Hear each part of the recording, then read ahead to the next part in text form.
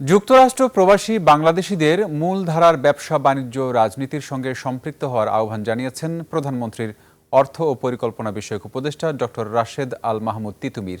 যুক্তরাষ্ট্র ভার্জিনিয়ার Washington DC BNP আয়োজিত প্রবাসী বাংলাদেশিদের সঙ্গে মতবিনিময়ে তিনি বলেন, পতিত সরকার লুটপাট করে পালিয়ে যাওয়ার পর দেশের অর্থনীতি সচল রাখার কৃতিত্ব প্রবাসী বাংলাদেশিদের। এবারের বাজেট বৈষম্যহীন আঞ্চলিক উন্নয়নের সমতাভিত্তিক উল্লেখ করে ডক্টর তিতুমির বলেন, পতিত ফ্যাসিস্ট সরকার লুটপাট করে পালিয়ে গেছে।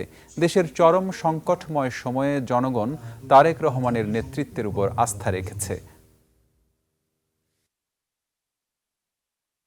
প্রতিটি বাংলাদেশের নাগরিক, তারা দেশে থাকুন অথবা বিদেশে থাকুন, সবাই এই আস্থা পায় যে এই সংকট থেকে মানুষের উত্তরণ সম্ভব।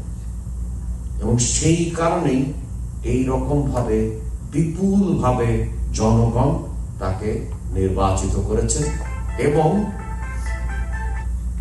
রাষ্ট্র পরিচালনার দায়িত্ব প্রদান করেছেন।